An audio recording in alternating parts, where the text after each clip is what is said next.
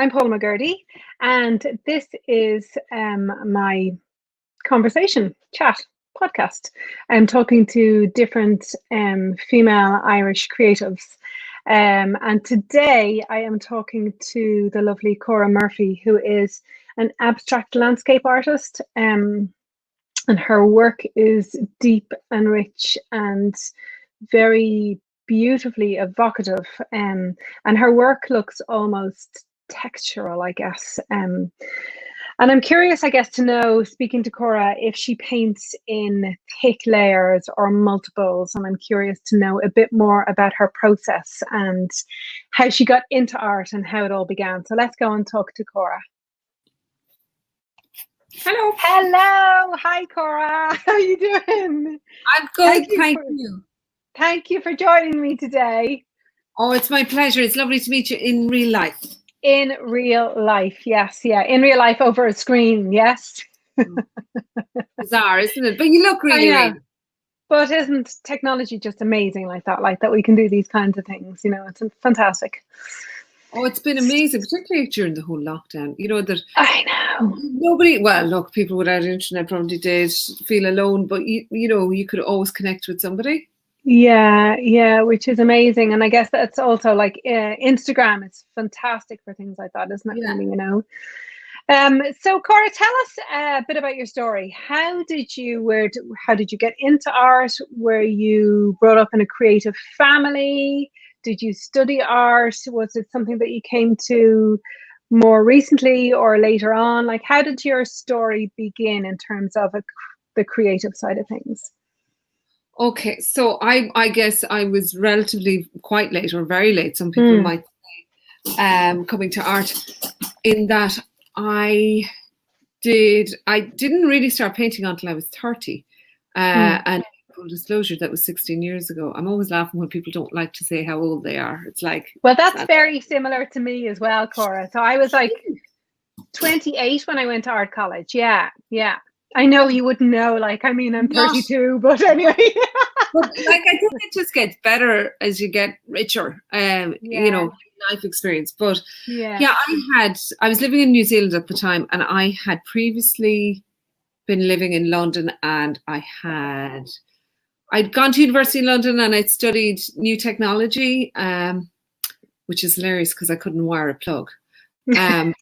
But during that process, I ended up becoming involved in Students' Union and got into magazines, and then went into communications, and ended up ultimately running my own marketing communications consultancy, which was fab. Oh, it was fab. I loved it. It was great work.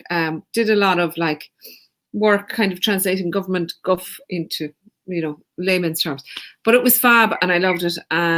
But I was coming up to 30 and I was thinking, what would I do if I had a year to live? I kind of thought I wouldn't be doing this because I know how to do this. And I went to England to write a book. Really? Yeah, but I mean, it was a disaster. I had like, it's just really funny, like this idyllic setting, a house with a beach on either end of the street. The writing was wonderful. Horrendous. But during the process, a friend of mine suggested that I do the artist's way to help with the writing, and it was also because I was living on an island. It was a great way to have a connection with people every week, and that was one of the exercises, was to do something you hadn't done in years creatively. So I painted, but immediately it felt like, oh my God, this is my language. To keep it quite short, after that I moved back to London and I took a studio there, and it was like being perpetually thirsty. I couldn't get enough of art, and I was seeing so much work. But I felt that everything I was doing was derivative of, you know, what I was seeing. So I ended up making a decision to come back to Ireland, and I thought, you know what, I'll give it a year there, because there's no hiding, you know, when you're back in your home place. And bizarrely, I started driving at the same time.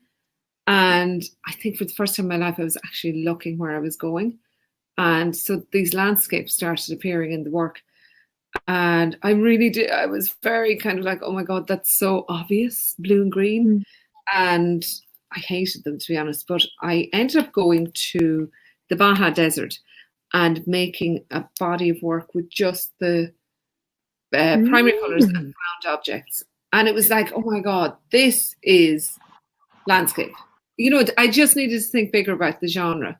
So, but my background, my parents, it's funny because, you know, you think for a long time I felt you needed permission or some genetic code to have a creative career. That, you know, that's so interesting. Yes, I think so many people think that way. Yeah. And I don't know if that's an Irish thing. Like I said it to a friend of mine, the artist Rebecca Crowe. She's American, and I was going, you know, I felt so odd because nobody in my family painted, and she was going, well, how would that affect it? And I was kind of going, you know, like we always say, oh, they got it from their aunt or whatever. Now I have a nephew who loves to paint, and people say, oh, he gets it from his aunt. You know, that it's just fun. It's, you know, the more you do something, the more you do something, and. But I think, yeah, I was kind of looking for permission for a long time. Anyway, but having said that, my family were all in business. So you kind of can't be in business and not be creative. You know, that's true. Channel. Anyway, basically, I moved to Cork, kept painting, and here I am. Wow, what a journey then, like in order to kind of get to that sort of stage as well, you know? I'm curious, where did you have so obviously we've chatted a bit about this. Where did you have your studio in London then? I had a great studio. When I think about it, it's so funny. I had a great studio in Dalston. Oh, wow. Have like you been to Dalston recently? It's like... I know. It's like when Dalston was trendy. Yeah. It was like literally when Dalston was dangerous. And it was like, you know, I lived in Newington Green, so I could come across. It was perfect, but like I never had any hassle. But it really wasn't the kind of place you should be walking around late at night. But it was literally just off Arcola Street, and it was fab because like Gilbert and George used to go to the kebab shop around the corner every night. Yeah. And it was populated by artists, but it just didn't have that edge. But I was very, very lucky to get into what has become the Lighthouse Studios. And it really, well, maybe last year I went back to just see Rob, my old landlord, and there was security. Like there was a security entry system and a doorman, and I was like, "What the hell?" But it was a fab place, and I was very fortunate to. I had my own studio at first, but then I realized I couldn't afford that. So I moved in with a bunch of other artists into a shared space, and they were so kind and nurturing, and really. They were so good.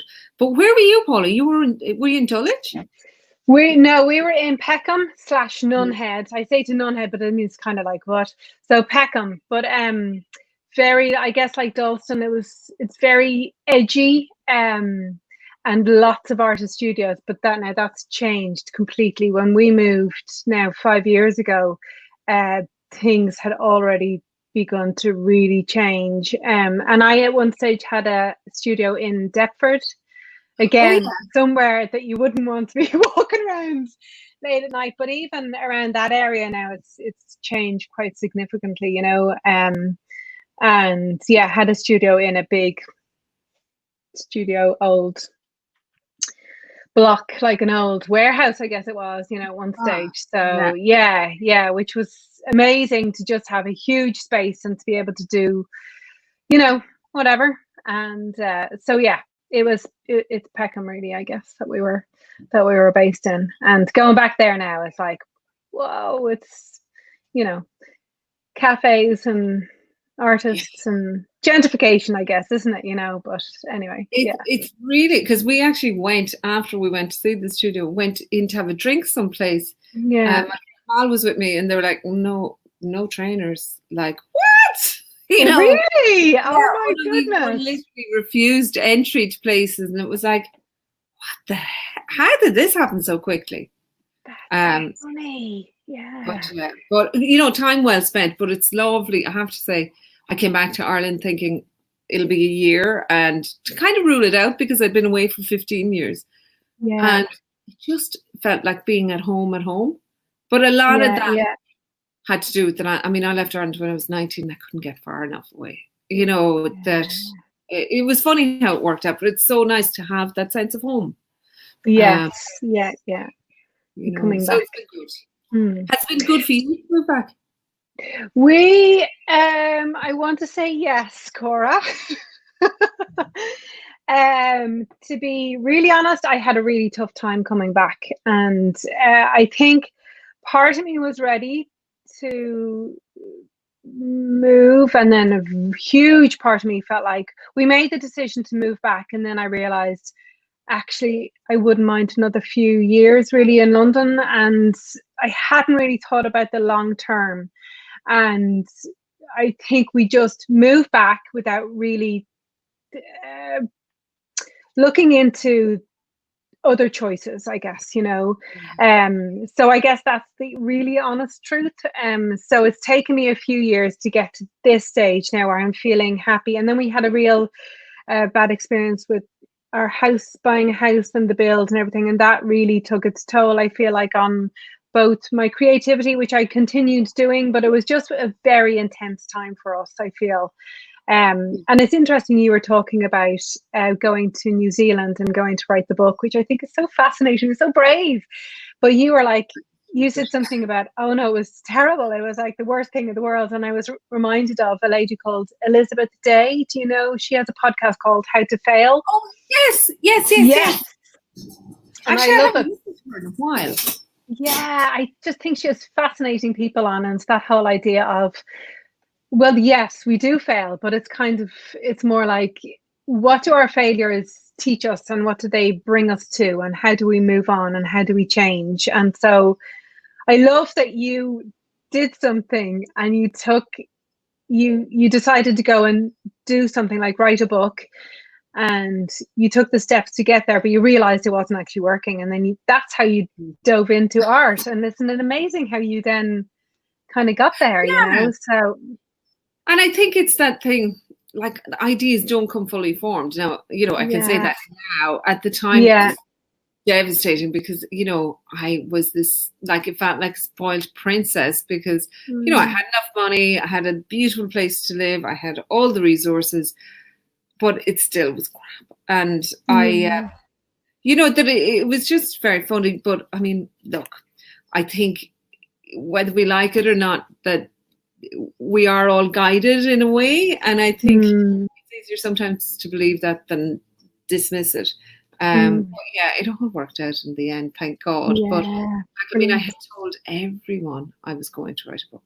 Everyone. Like totally, throw yourself into the fire. And because I was a copywriter, I mean, I was writing thousands of words every day, that it was like, how difficult it's going to be to write a book. Very. Well, maybe the book is still there, Cora. That's the thing. Maybe the book is still there at some stage, Is, but so it's a different book. I mean, I did put a book together about my own work a few years later. We'll come on to that, but it's a different book. Yeah. Well, I guess you were trying to be accountable or something by putting yourself out there. I did that many years ago. I told people I was going to run a marathon. I've always wanted to run a marathon. And many years it was announced that the Dublin Marathon's coming up, or wherever the marathon was, the London Marathon. I'm going to do it. And I swear I did it 2 years ago. And the first time I uttered that was probably when I was about 18 or 19. And I told everybody. And every year for about 18 years, I told everybody.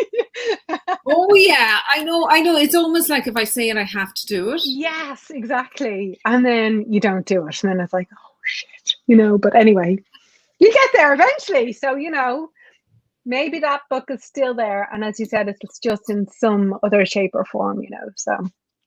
Yeah, and I mean, as I've got older, I ask myself about the things I think I want to do. Why do I? Probably you feel you should, but and then your priorities change, and you change, and what's important to you change, like everything. Yeah. So you're in your studio now at the moment, and I can see one of your beautiful paintings behind you. Can you tell us a bit about your work? How would you describe it? What medium do you use? A bit about it. So I would say I am a contemporary landscape painter. That's it's the kind of genre. For a long time I wanted to run a million miles from landscape, but actually it's something I'm completely comfortable in now because I realize I can spread out into the genre. So I work in oils and I use cold wax as well. And oh, it's lovely. Like I really enjoy it. My work has changed. It's kind of constantly changing, which is where I want to be. But so I use oil and cold wax. And lately I tend to paint in loose layers. I used to be quite impasto heavy, and then it was funny actually. A friend of mine. What I do is I tend to go on residencies. So when I came back to Ireland, one of the first residencies I did was in Kilraylick and Kerry, which is great. It's in Ballinskelligs, and I was thinking I'm going to go there and make big paintings of the sea. And on the way, I passed by a bog, and I went, "Oh my God, that's fascinating!" So I ended like literally spending 3 weeks in the bog making paintings about the bog, which was something I didn't even know I was interested in. But I'm a great believer in following your curiosity and your intuition if your pulse goes up a little bit. So I tend to go on residencies a lot. So I have been to Kerry a lot. I did a series over on the Mayo Lakes, and last year, was that last year? I'm confused about my years now. I spent a good bit of time, 2 months over in Ballinglen, in the it's Ballycastle in North Mayo, in the Ballinglen Artists Foundation. And that's fab because, it's just, I like to do walking drawing, but it's more about responding to a place. So, I spend a bit of time, and I always think I know what I'm going to do when I go there, but I end up doing something completely different. So that's been great. But as the work has got a bit bigger, this work I'm working on at the moment is about, it's for a show out on Spike Island, the ex-penal colony. It's in Cork Harbour, and it's an amazing place. There's a lot of energy there. But I was kind of trying to get into the idea of, I was looking at murmurations, of birds. If you're incarcerated, like I do transcendental meditation. So I'm like, if I was incarcerated tomorrow, I'd probably use my mind to escape. But I'm thinking about all these, I kept seeing these murmurations flying over and thinking, oh my God, it's like a flight of the mind. And then we all got sent into cocooning. So it was like, oh, this is exactly a good way to know about isolation. So I don't know when that show is actually going to happen now. But all the paintings are quite big, like I've 5 and 6 foot square, and this one, which is like 2 meters. So I just kind of want to stretch out. But like, again, when I was doing the Mayo Lakes work, I had a show over in Customs House Studio in Westport. And, the show was, had been booked a year in advance. And I spent some time on the Mayo Lakes. And again, I brought all these big paintings, big canvases up to make, but they weren't ready. And I think it was probably the bravest decision I ever made, because literally we were pulling all the work out of the van, and John, who's the director there, was like, "There's those 2 big ones, Cora." And I was like, "I'm not showing them." And it wasn't because I was being some kind of a diva, but I was going, they're not ready, I'm not ready. And I kind of thought, part of me thought, well, maybe you're just not a big painter. But I was, but it took time to bake the cake, But again, I suppose lots of failure. But they should have, Sorry, there's a bit of backlog going on.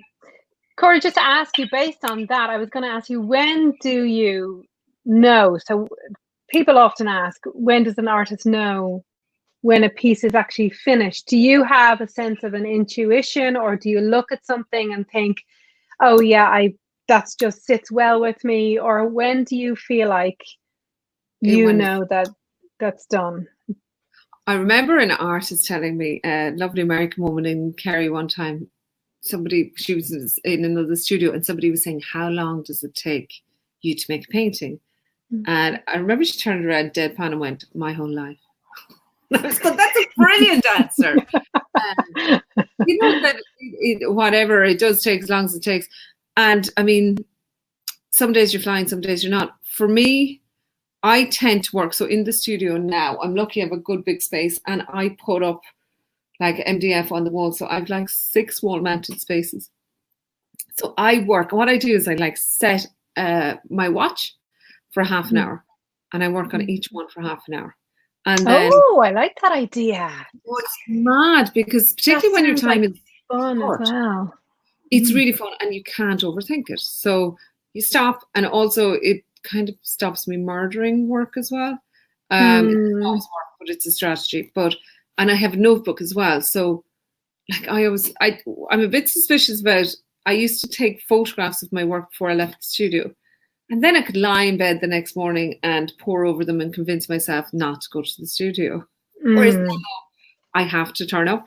But I make notes as I'm working. So when I'm finished this piece, when I'm about half hours, I go write it down. Blue on top, blah, blah, blah, in the heat of that. Now, when I get around again, having worked on the other ones, I'll be like, oh, Jesus, I would have totally forgotten that. But in terms of finishing them, like they're the tricky ones that go to the wall. But I would say each of my painting, they probably have about 50 layers. Oh, wow. Okay.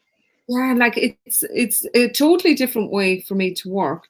Sometimes I underpaint in acrylics just for speed, or if I'm doing a workshop, I work in acrylic for speed. And a friend of mine passed away very super suddenly a couple of years ago. And I remember I went to Kilrayleigh shortly afterwards, and I was thinking about that kind of thin line between life and death. And I was thinking, how would you capture that? And I remember thinking, it's a breath. And I was breathing on glass and on mirrors and stuff to see, how do you actually capture it? And then it made me think about, if you're in Kilrayleigh, you're looking at the skelligs and there's often this mist. And I was thinking, that's how I want to paint, in these very light, loose layers. And it's really interesting because it gets you off the hook, because I just start, and then one layer leads to next. Alice Marr, I remember reading an interview with Alice, and somebody said, what was your greatest inspiration? And what inspired you? And she said, my last painting. It's so true. Like, it could be construed as cocky, but it's so true that it's like one informs the other. But in terms of finishing, I've had ones that I turned to the wall for a while. Like, I've got one painting, I think it's called 3 years, 4 months and 20 minutes. Because it was, did it take you that long? Yeah, it was one of those ones that started up brilliant, and you were kind of going, oh, that it's only a little bit, and then you get a little bit precious, and you're like, how am I going to finish that? And so you turn it to the wall. Yeah. And then it's like you get to the point where you're actually over yourself and you're over it, and you go, okay. And you go, in 20 minutes it's done. And so would you paint out, if you get two parties, say for instance, speaking like from an artist, and you do something and you go, shit, I've just ruined the whole bloody thing. Yeah. Would you, in that circumstance, just try and rework it, or do you just repaint over the whole thing and start again? I try, or just turn it away for a few years. I turn it away if I can. Like, I mean, a deadline really helps. That it's like, but like, I remember doing commissions early on, and murders, because I guess the way I paint,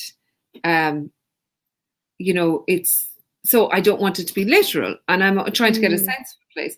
So, particularly when it's commissioned and it's of a particular place, you're kind of going, okay, well, they probably want those mountains represented. Yeah. So you kind of go in, and then you put in the mountains, and then that's too literal, so you try to abstract it, and you go around this circle. And so as I've kind of got a bit more comfortable in my own work, I'm a bit more comfortable with my way of producing work. But I tend to let stuff breathe a bit. But sometimes you're on fire, and it's just like, I'm done. Oh, I'm done too. And it's like, go home now. Now other days it's not like that, But yeah, I think it's, it's almost like there's a dialogue. And I mean, I might as well say it. I do have the voices in my head telling me. I know, we all do, Cora. But I mean, I definitely get that it's like, all I have to do is turn up. And but it also, like, I got a lovely message from a woman after a workshop one time. She's such a great woman, and she sent me, at the end of it, she said, you have a gift. And I remember thinking, oh, that's nice, for her to say, but I have a gift. And then afterwards I thought about it, and it was like, imagine I gave you a box of chocolates. And you said, thanks a million, Cora, but you can, oh shit, you know, like you would never do that if somebody gave you a gift. So it's like, without sounding too woo-woo, but if it's not about me and I just have this gift, then it's just my job to turn up. And weather vane, you know, and it's always a tricky one because I think a lot of artists, if they're completely honest, think that there's probably something other than them pushing the pencil. You know, that you're, you know, and I think if you're open to that, you get a bit of a dig out on occasion. I like that. I've asked James Heaney for help on occasion. Oh, there you go. I like it. Yes, and he does help out, obviously. He does help out, yes. If he's not busy over with Cormac O'Leary or somebody else, he'll pop over. He gives us a hand. So you do, you mentioned transcendental meditation. So I do a bit of meditation as well. And I spoke recently to also another artist, Jude Fenton. I don't know if you know Jude Fenton. She's up north. I look her up though. She works in kind of watercolors as well. And she also mentioned meditation. And my theory on meditation is when I'm working, I almost feel like if I'm in flow, it's in that state. It's very representative of if I am meditating as well. Now, I'm not probably as, I don't know. I've only recently gotten into meditation the last couple of years, so I'm still very basic learner, I guess, but I feel the sense of it being very much like in that creative flow. Do you have that sense? Because I'm looking at your work behind you there, Cora, and I can see that your marks are quite gestural, like in some ways, and I'm wondering, like, so your works are quite big, some of them are quite big. Do you feel a sense of your body and your mind connecting when you're actually in the flow of that kind of state, or how would you see that? Absolutely. Like I should say, this one is work in progress, but yeah, no, absolutely. That I think, and you know, if I've had a break from painting, and I'm writing in my notebook as I'm writing, I'm going, oh my God, this is amazing. And it's like, you forget, it's like, you know, it's kind of like being a bit high, you know, that it's just, but I absolutely feel, and I think that's why I paint. I mean, I think, you know, I had lived a good bit of my life before I started painting. I didn't have to do it. Like, I do it because it makes me happy. You know, that it definitely, and like meditation, the TM thing is interesting. And I think, you know, I haven't a clue what I'm doing, but I don't think you need to know what you're doing. And I think you're saying like you're a basic learner or whatever. I think if you're getting something out of it, then you're probably there. But I just find it maybe helps me process things quicker. It gets rid of the clutter. And I think painting is very much like that. Like I can have enormous resistance to coming to the studio, but as soon as I put my first foot on the step, I immediately feel better.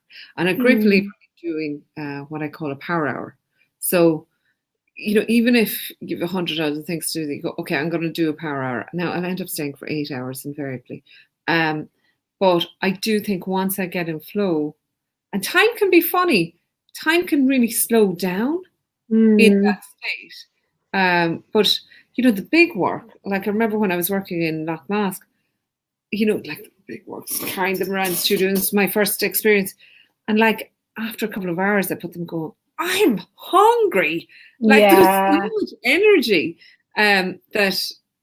but yeah, I definitely think there's a body and mind. And I do think, you know, particularly if I'm on the clock with my 30-minute thing, and there's kind of a pace of energy that, because I can sit around and navel gaze for years, but that I kind of go, okay, pink upper layer there, something else, that it's almost like, and I don't feel, it is intuition, absolutely, but it kind of feels quite sharp. There's a sharpened sense of intuition. And I think that manifests physically as well. And, you know, like you get lots of happy accidents that way. But no, I think there's definitely a body, mind and spirit connection. You know, really grateful that I did find painting, because it definitely has made my life leaner, but richer, if that makes sense. That's beautiful, though. Yeah, isn't that what everybody wants, though? Isn't it? Really? Yeah, I think so. And I think, particularly in the middle of the pandemic, what's striking to me is, I mean, I kind of feel I retired a lot, at 30, but like, that's not to say what I do is work. And sometimes it's really hard work, but it's very pleasurable when it's going right. But I think with the pandemic, that an awful lot of people are kind of realizing it's not enough just to be paid in pounds and pence, that people want time as well, that there's a whole experience. So I hope more of that hope so. More downtime, and they're happy. Yeah, more balance, I guess, in life. So what does your work day look like? You're in the studio now. Do you go in every day? Do you have a set amount of hours? Are you structured in that, or do you work? So you spoke about goals. You have something to work towards. Tell us a bit about how that works out for you. Okay, so I would like to say I have a very good routine. I don't. I'd love to. I'm like, some days, but I think because I don't have children, I think if I had children, well, I'd probably do nothing actually. But I think I'd have to be more structured to keep them alive. I don't know, but or just more chaos, actually, Cora. I think that's what it is. Yeah, that could be it. That could be it. I like to I try to get up and do the meditation and journaling and stuff in the morning. That feels like it. Good days that happens. Then I come in. I don't feel like I need to paint every day, but I do. If I can get 3 or 4 hours in painting a day, that's fabulous. Wonderful, yeah. What's going on? If I have a deadline, I'm probably doing 10-hour days. Painting hard, and that's I kind of have 2 speeds. It's like 8th gear or minus reverse, but. And it's been like that. Now, there's a kind of, I suppose, the penny dropped for me a few years ago as well, that it was like, if you are making a living from your business, if it's your full-time occupation as an artist, you are actually in business. So I have a teaching practice that I love. That was way outside my comfort zone because I'm self-taught. That it was like a friend of mine asked me 3 times, I think, to take a night class for her. And I was going, no. And then scary. It's too scary. Yes. Yeah. Totally, like, are you mad? And then tell us more about that, because that's something that I think that a few people have asked me. Yeah. And I'm a bit the same now, Cora, like in terms of, gosh, how do I get on with that? You know what? It's really interesting because it was my friend Aoife Layton, Aoife's an incredible artist and printmaker. I must look her up, yeah. She's so good. But Aoife also worked in the art supplies, and I'd be in there all the time. She'd say, "Look, Cora, this is class. Do you want to do it?" And I was going, "No." And anyway, I needed money, and she had rang me again and said, "Are you sure?" And I was going, "Okay, I'll just look at a load of YouTube, and it'll be fine." See, yeah, and literally, but I was over the top. I rang everyone in the class the week before to see what stage they were at and what they personally needed. It was a night involved. Yeah. Oh, I was so involved, holding everyone's hand. And I remember Catherine, who's actually become a great friend of mine. I rang Catherine and she said, she was one of the students, and she said, "Well, I'm actually doing my master's over in the Crawfords, the art school here in Cork. So I just want to paint." And I was going, "Why are you coming to night class?" I was so intimidated by her. I'm sure it was beyond chaotic. But I remember she came back the second week and said, "I've actually decided not to pursue my master's because I enjoy your class more." And I was going, "Oh, Jesus, I don't know what to do."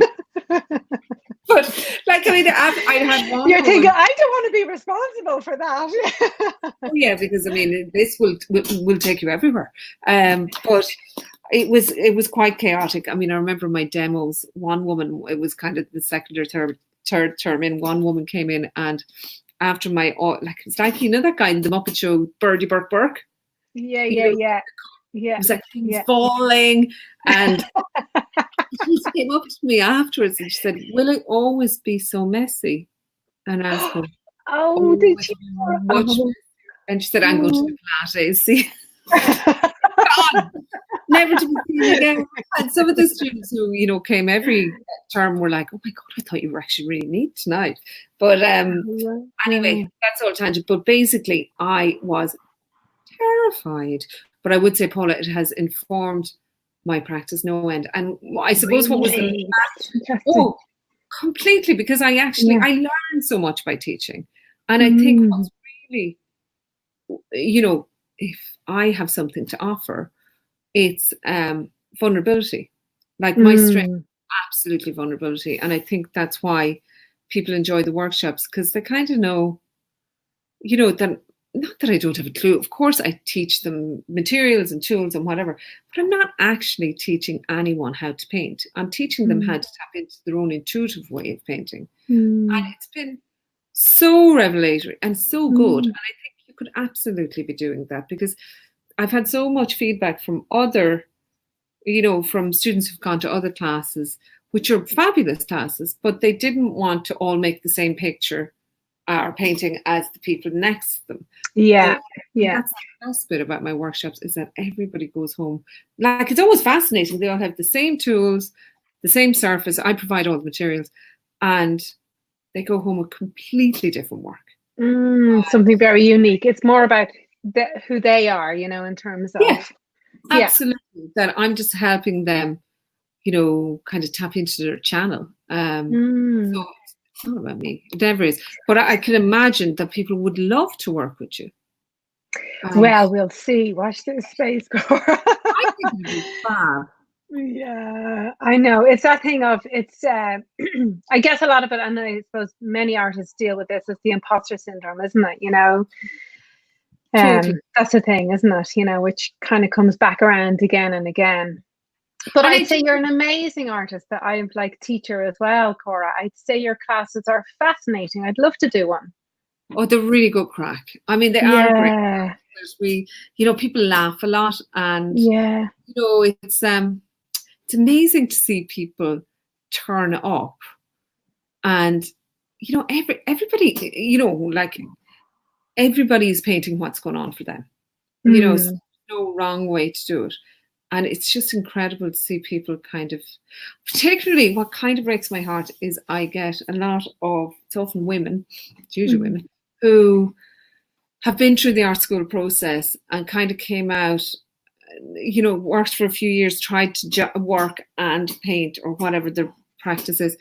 And then they maybe needed to take a more serious day job, and then they had some kids and now the kids, and now they're coming up to retirement age.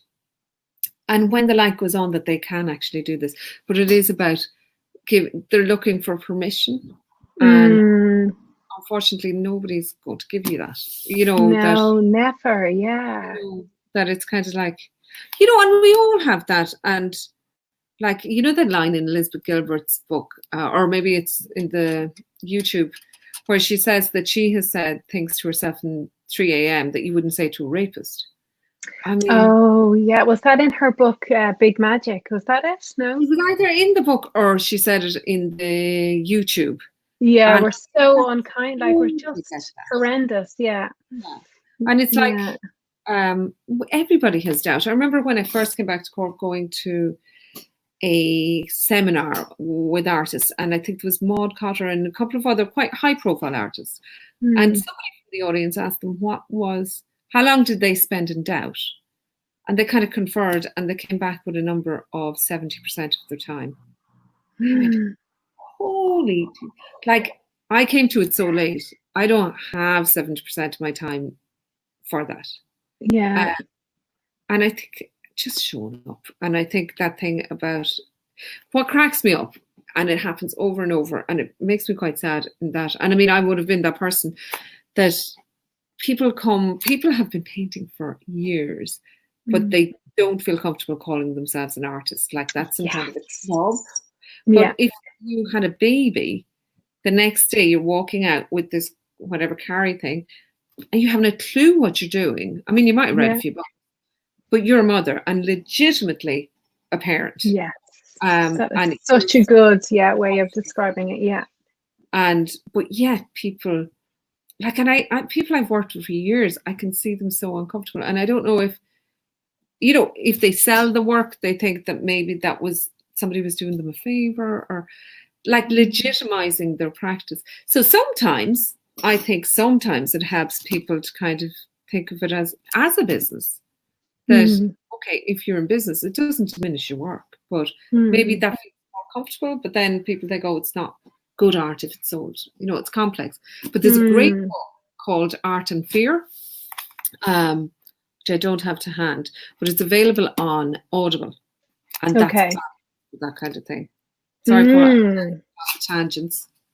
Go all over the place. No, that's fantastic. It sounds like a fantastic book. And I was going to ask you about the whole thing of calling yourself an artist, because I completely get, like, I went through art college and then I got out of it and I was like, I don't feel comfortable. It took me about 3 or 4 years to call myself an artist, because there's something you need to feel worthy of that title. And it's such a big, bold, grandiose title that is actually nothing really. And I think it's just become that way because of whatever, other artists or the art world or whatever it is, or your own limitations on yourself. So yeah, I completely understand that. And that thing about you saying about motherhood is just so true. Like, you just, you don't, like, it's, or you ride a bicycle and I can cycle a bike. You don't say I can't, it can be put into so many things. Did it take you long to get to the stage of calling yourself an artist then, Cora? Or did you get your studio and you thought, that's it, I've got my own studio, I'm an artist? No. When people said to you, in the film version, it would have been like that, if it was a film or a book. But I always think, like, we tend to think of people as characters out of movies, that they're either all good or all bad. Nobody's a combination. But no, it was definitely not like that. I felt I had an enormous cheek, that thing of, who do you think you are? And but I could afford it. So, but then it felt like, oh, I'm a princess. That I'm going to just do this. I remember somebody telling me one time in a class, somebody said, it wasn't my class, I was taking the class. Somebody said, well, I think a lot of women just paint so that they can marry rich men. And I was like, holy shit, I would have started years ago. Is that a thing? Why didn't I know about this sooner? I know. It's like, oh my God. Like, What? I was like, what? I would have started when I was young and beautiful. Now I'm only beautiful. Like, what? I love it. Yeah. I was just going, that I had thought of many things about what my art practice could mean, but that was not it. But yeah, I think, like, I was, like, when I think about it, the imaginations of brain, I actually had hypnotherapy because and it worked. Like, it totally worked. Wow. I had this lovely man, I think his name was Martin Kiley. I remember a friend of mine had gone to hypnotherapy because they were feeling a bit down and they were sick of going to counselling, and they were just like, just want to change my mind. Yes. And like, it had worked. And I was going, oh my God, like, because I had this inner voice saying, you're not an artist. Nobody in your family is an artist. Why do you think everybody's laughing at you? Nobody cares. Nobody cares. Nobody cares. Everybody's just thinking about themselves, so it doesn't matter, nobody's, And nobody, even if they were laughing, would it matter? But like, I was kind of going, like, the story went something like, oh, you were going to be a writer and now you're going to be an artist. Are you going to be an astronaut? Do you want to put that out there now? And particularly when you're a little bit older, it feels a bit, like, I remember a cousin of mine crying on her 30th birthday because she said, I don't think I'm going to be a pop star now. But I went to this hypnotherapist and said, basically, I have this circle going around in my head, telling me I just want to, like, kind of, can we divert that? And I remember he put me under, but you don't really feel like you're under.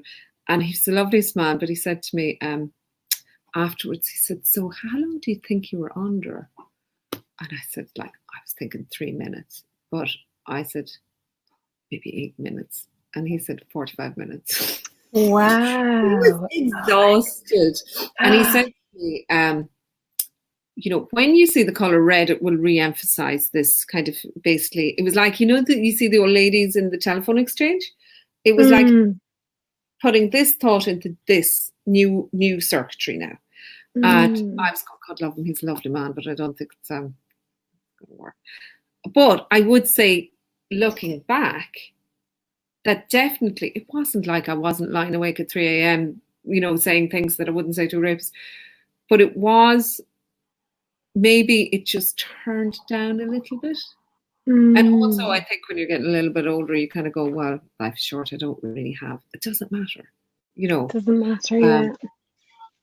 And it is it's mindset as well, isn't it? Yeah, and it's a line made by walking. It doesn't come fully formed, I'm always amazed at, like, I had a happy accident last week. I do limited edition prints now, and I did a sale a couple of weeks ago, and I finally, after like 10 years and 10 minutes, got my Facebook shop set up, and it's linked to my Instagram, and it's fabulous. Only a pandemic could have made me do this. So I had corrected the pricing on my site, but forgot to do it on Facebook. And a woman contacted me saying, I want to buy this. Brilliant, thank you. And she's saying, but it's marked down on your Instagram shop, but not on your site. This is only last week. And I was going, obviously, I'll honor it. And then I went, my God, maybe I could discount one every week. And there's actually 28 prints, and there's 28. Wow. And I kind of thought, that's actually a great idea. But that's a very new idea. Do you know what I mean? That literally came to me the other day. So I do think it's like, just keep going. And like the buffer refreshes all the time. What would you say? So I guess we've spoken a bit about art, your art being also like seen as a business as well. What would you say are the sort of more challenging sides of being an artist or being a creative business? Do you struggle with any of those sides of things? Or does it come naturally? I'm going to plug in this laptop just for a second, Paula. I'm just sure, go. Yeah, the batteries. Yeah, that's fine. We can get to see your lovely bit more of your painting there behind as well. So.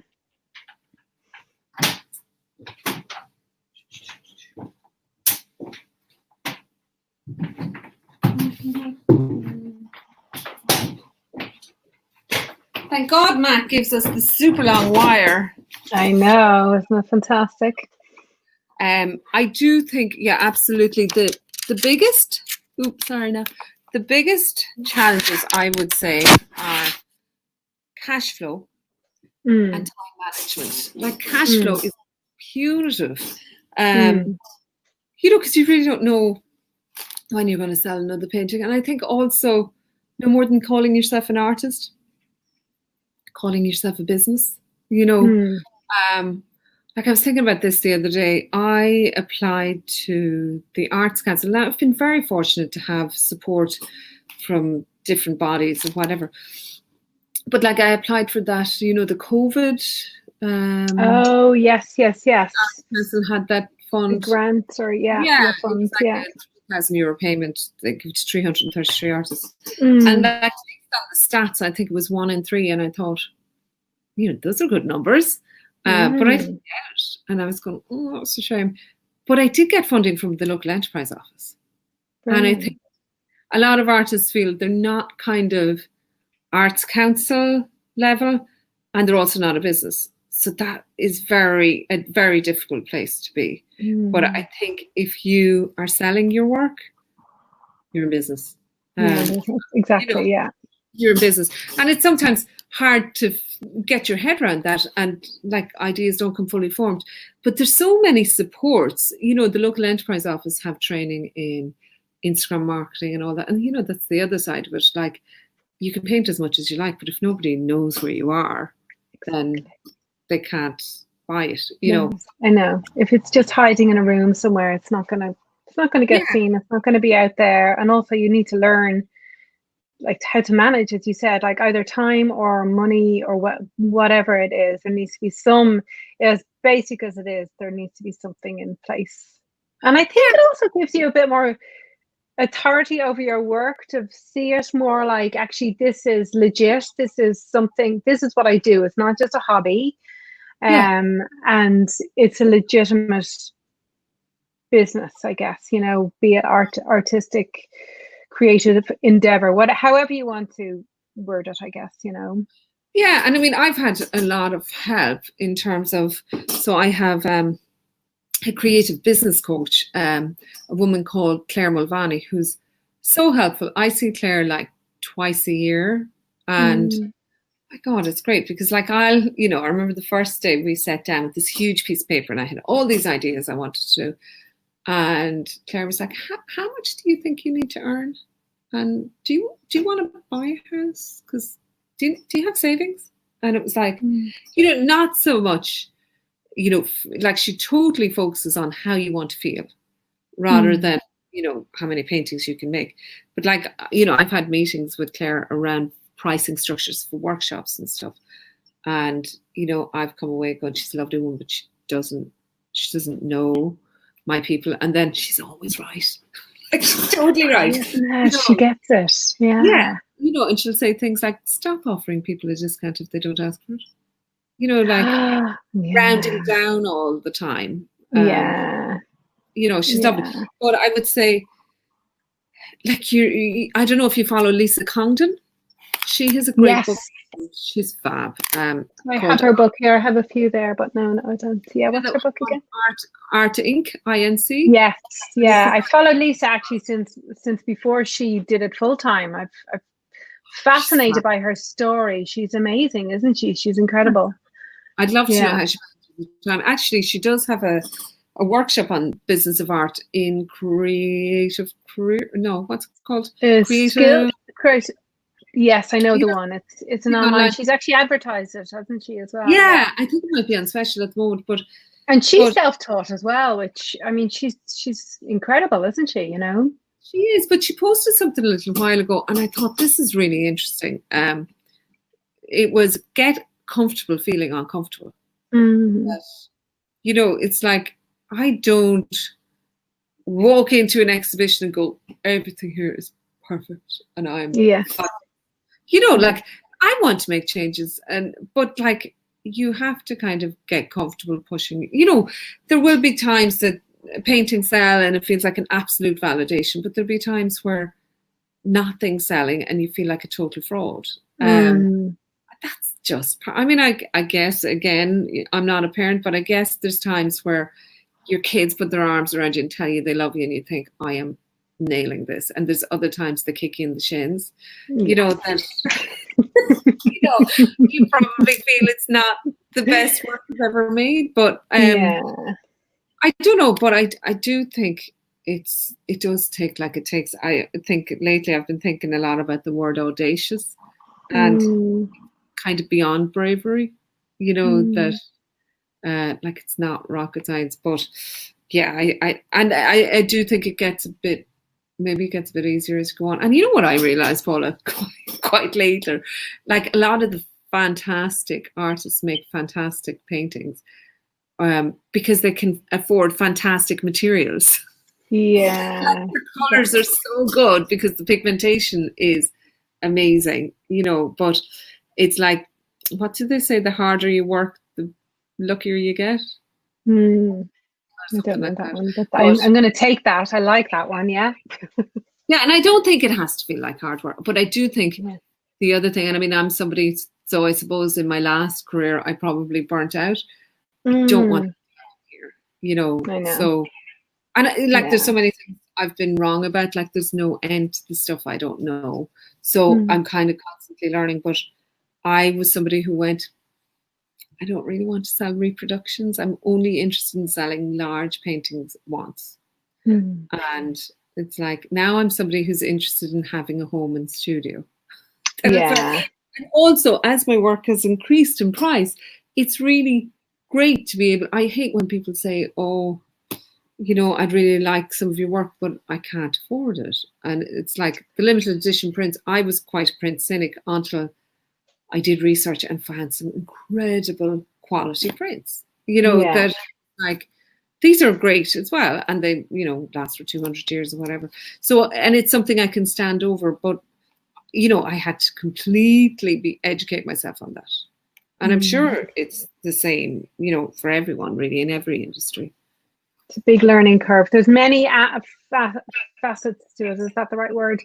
that Yeah. I feel like are massive learning curves. And I think the beauty about art, being an artist or being creative, is there's always a curiosity about things. So I think the Yes. learning continues on, like it's never ending, and it's just, some things are necessity that you have to do for you making a living as an artist, and some things are just wanting to further where your practice goes, I guess. Yeah, and I think, like David Bowie said, if you're in your comfort zone, you're in the wrong place.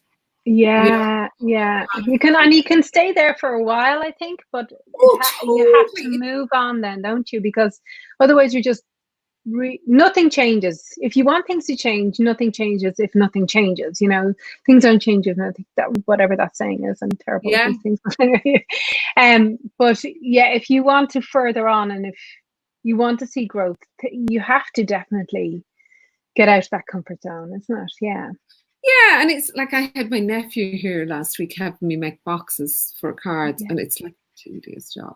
And, it's a tricky job. And he was saying, I can't do this. He's 10 now. And I was saying, you can, but you need to learn how to do it. So I guarantee you, by the time you've done 20 of these, you'll know how to do it. Be a pro. Yeah.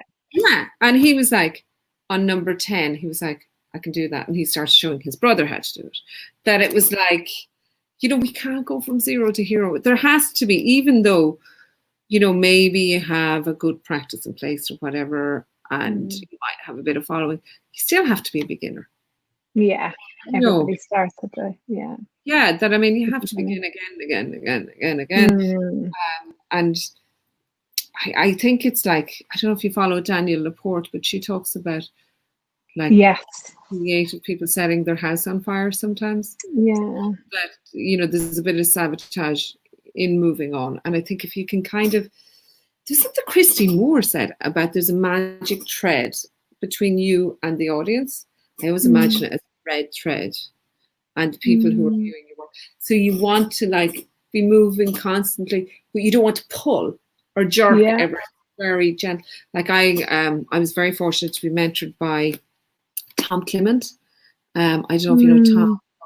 No. Cork City had this fund a few years ago for mentoring, and I was really fortunate to get some support, and I was mentored by Tom and Huey O'Donoghue, so it was fab, like big, large paintings. Wow, brilliant. Tom's work has incrementally changed all along his path, but you still know it's his work.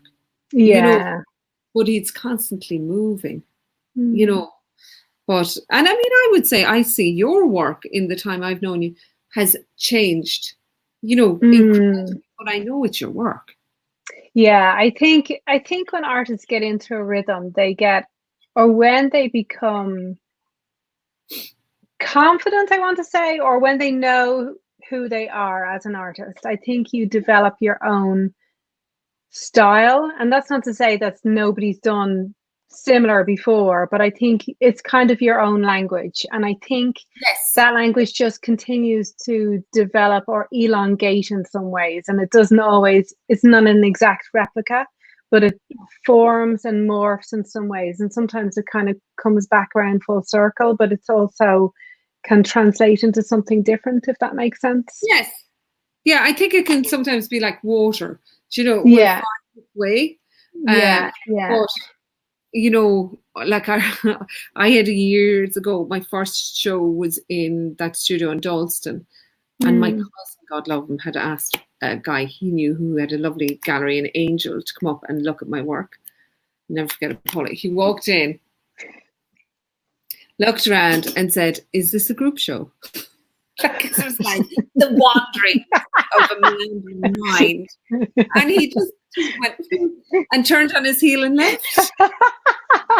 Never to be seen again. And that, like, I think, look, I don't know. I'm the youngest in my family. And a lot of people seem to know that without being told. Now, I don't know if that's kind of, been a brat or just been more robust. But there was a gallery here in Cork, and I was seeing some work there, and a guy in my studio was having a show there, and I got chatting with the guy, and I said, "Would you be interested in showing my work?" And he said, "No." a complete sentence. You know, no, just that's it. No, well, fair play to you for asking, because many wouldn't, and I think that takes a lot of guts to go up there and say something, and then you feel, okay, that's a full sentence, and like I brought work home from Mexico at that time, and I brought it. I had to go to 4 different framers and it wasn't because I thought they were going to tilt the axis of the planet. You know, I didn't know if they were good or bad, but they were meaningful to me, and I wanted to show them. And like they were made on cement sacks. Here's an interesting fact: Cemex is one of the biggest companies to have between Ireland. We're big drinkers of Corona, and we're big consumers of Cemex. There you go. So there's a lot of Cemex bags in Mexico, so I had painted on those. But like, I brought them to the first framer, said that they can't bother framing that. Oh my goodness! Oh, how hurtful! The cheek of him! How dare he! I know, and it's like, well, he's not in business anymore, but I am. But he surely he would want the business as opposed to turn. I don't know. I think he was probably tired of business, to be fair, but he wasn't a bad man. But I think he was probably having a bad day. I wouldn't mind, but when I sent out the invitation for that show, that piece sold off literally as soon as the invite went out.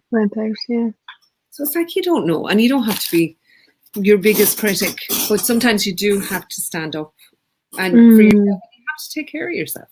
You know, that's kind of part of it too, whether it's getting enough sleep or doing your meditation, I do think it's like minding a child. It's often like minding a child. It's the nurturing thing, isn't it? You know. Yeah. Cora, I could speak to you all day, and I'm very aware we've chatted for a good while now. Maybe we need to do a part 2. That's what we need to do. I think we'll have lost everyone. I wonder, are they still talking? Are they still there? Yes, yeah. Well, listen, I'm going to just round it off. But what I'll do is I will put down where people can find you. But I think you need to come back. We need to do a part 2. In season 2, we'll do part 2 with you, Cora. Season 2, I'd love that. I'd love that. I love this chat. It's been so good. Can I ask you though, what would your big dream be? So do you have a big dream in terms of where you want to go with your art, or what you want to do with your art? What would that be? Great question. I know that's a big question though as well. And it is, like, I mean, it is something, like, I'm very aware that you need to dream it to do it. You know, as much as you make a line by walking, but you need to have a goal. But for me at the moment, like, making big paintings has been, you know, something I've really wanted to do, and now I'm doing that, and I'm not as afraid of it as I was. So that's a really good place to be. Plus, like, I'm finally kind of making a living from my work, which is fab. Now I still have months where I'm like, how are we going to, you know, figure that out? But having my own home and studio is, you know, because I rent here and I rent in my house, and I'm paying 2 other people's mortgages. So I really want to have my own home and studio and a space where I can teach. I don't know how big that's going to need to be now with 2 meters between everyone, but that is the dream and the goal, and I know it's going to happen. I'm just not sure how it's going to happen. But that, and you know, like, I remember one day I have to catch myself often and say, like, enjoy this, because this was something I dreamed of, like, that, you know, that I would be sitting talking about my practice with some kind of experience behind me. But I would say that's the big one for sure. That is absolutely. But otherwise, like, I do remember when I was back in Singer's Corner carrying boxes up the stairs one day, and my book, and like, it was 50 stairs up, and it was humpy. And Pat, who had the studio above me, came down the stairs and he said, "Living the dream, Cora." And I thought, oh my God, I actually am. Like, I'm carrying my copies, no, they're heavy, but I am carrying copies of my book up to my studio. This was absolutely a dream that I could do that. So I'm definitely living the dream. But, you know, sometimes it's a hard work. But no, the big dream at the moment is to have my own studio and home, and just be able to keep making big paintings. And the community is important to me as well, in that the connection, like being able to make your own paintings, but also being part of a community that's positive change, like the whole kind of this week with the Black Lives Matter. You know, I'm thinking about how I can be purposeful. So I'm actually thinking about mentoring some people in that might help. I don't know how that's going to, but yeah, but leaving a positive legacy as well. Great, you know, because when things, as much as I love it, when things are wrong in the world, like when the COVID happened, I immediately thought, I stopped painting because I was like, well, what are you going to do about it? Make another painting? That's not really helpful. So something that has a positive legacy as well, that would definitely be. Well, creativity is such a positive legacy, isn't it? And I fully believe, Cora, I fully believe, I look at other people and I think, if that person can do it, why can't it happen to me? Like, why couldn't I have, you know, the same? And we all have different skills and different challenges that we face, but I fully believe that could happen for you too. I can't see why not. So excited to see how it all works out for you. Thank you, and likewise. Yeah. So, Cora, thank you so much for coming on and chatting. And if anybody is still listening, where can they find? You're in a different time zone, that's for sure. And well done if you're still here. Yeah, exactly. I'll send you a message. Yeah, where can people find you, find more about your art and your prints and your classes? Where would the best place be? So I'm on Cora Murphy, MURPHY.com, and I'm Cora Murphy Art on Facebook and Instagram. Okay, Instagram. Great stuff. Well, I will link everything below. I've put a little link down below there. My assistant has. But I will put all of the details down below for people to go and have a look at your work, and I'll share this in the next few weeks as well. And yes, thank you so much. Your work is just so beautiful, and I hope you continue to create just really beautiful, inspiring pieces, and they go on to inspire others around you as well. So thanks a million, Cora. Likewise, thank you. Lovely to see you in real life. See you in real life, definitely. Yeah, when you're in Cork, give us a shout. I will do. Yeah, I'd love that. Yeah. All right, mind yourself. Thank you so much. Take care, Cora. Bye.